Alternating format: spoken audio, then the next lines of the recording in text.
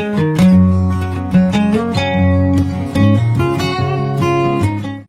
good evening guys. I just wanted to come back with a Cook the Book series, and tonight we are going to talk about Magnolia Table by Joanna Gaines. If you guys have seen Fixer Upper on HGTV with Chip and Joanna Gaines, I love her. She's really great. And when I saw that she came out with this cookbook, I thought it would be a great addition to our Cook the Book series. So I've picked the recipe Chicken Florentine, and it looks really good. It comes with a nice picture. I've never made anything like this before, so I thought it would be a good idea to try and go ahead and attempt it. So what I like about this cookbook is it tells you the prep time and the cook time, and it gives you the amount of servings that this is going to have as well. And it's also step by step, and it's numbered, which is really nice.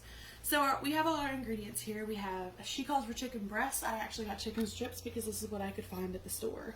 Another reason I did this series is to show you guys what you can make out of a cookbook when things are limited at the store. So we've got our chicken, we have our garlic, unsalted butter, 3 shallots.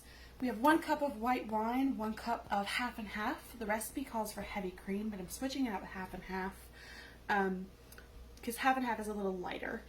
We have our 2 tablespoons of olive oil, our flour to dip our chicken in, our salt and pepper to put on our flour, and our spinach for our dish. Alright, so we're going to go ahead and put our oil in our large skillet over here on the stove, and we are going to put the salt and the pepper on our chicken. Alright, so I've got my oil in here, and you can actually hover your hand right across it just to see if it's hot enough, and it definitely is. So I put my salt and my pepper on my chicken here, and I'm just going to pick up my chicken. I'm going to use my hands, but they're washed and ready to roll, and I'm just going to put them in the flour, and I'm going to shake off the excess, and I'm going to put them in here. And that contact is what we want to hear. And we can do this in batches. We don't have to do this all at once, which is a good thing. And we're going to keep them on there about 8 minutes per side. So I'm actually going to look at the time, and I'm going to keep an eye out on how long that they have been in here. And the house is a little wonky, so that means the oil goes to one side sometimes. So we're going to leave only 2 in there for now, and we're going to let them go ahead and cook. And we'll be back when they're done. Alright, so I went ahead and they've been cooking, and it looks like they're done, so I'm going to take a couple of these out that I put in first. And I'm going to keep cooking the rest of the chicken nuggets. These are not chicken nuggets. I'm going to keep cooking the rest of the chicken. And I'm going to let these rest over here on the plate. Alright, so I've lowered my heat down while my chicken is done cooking, and it's over here resting. It's already been chopped up. The recipe says to slice it in quarters, but this chicken was so tender that it just kind of fell apart.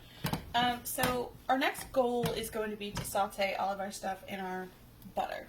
And the goal for this is we're going to try and get all of this good stuff off the pan, because that's going to make for a very delicious sauce.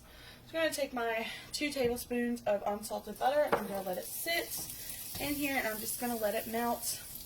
And I'm also, in the meantime, going to go ahead and put our garlic in here. And that's 3 cloves chopped, and I'm going to put our shallots in there. And shallot is just basically a tiny onion. It has a much milder taste.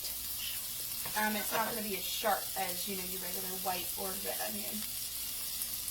And we are going to let them saute.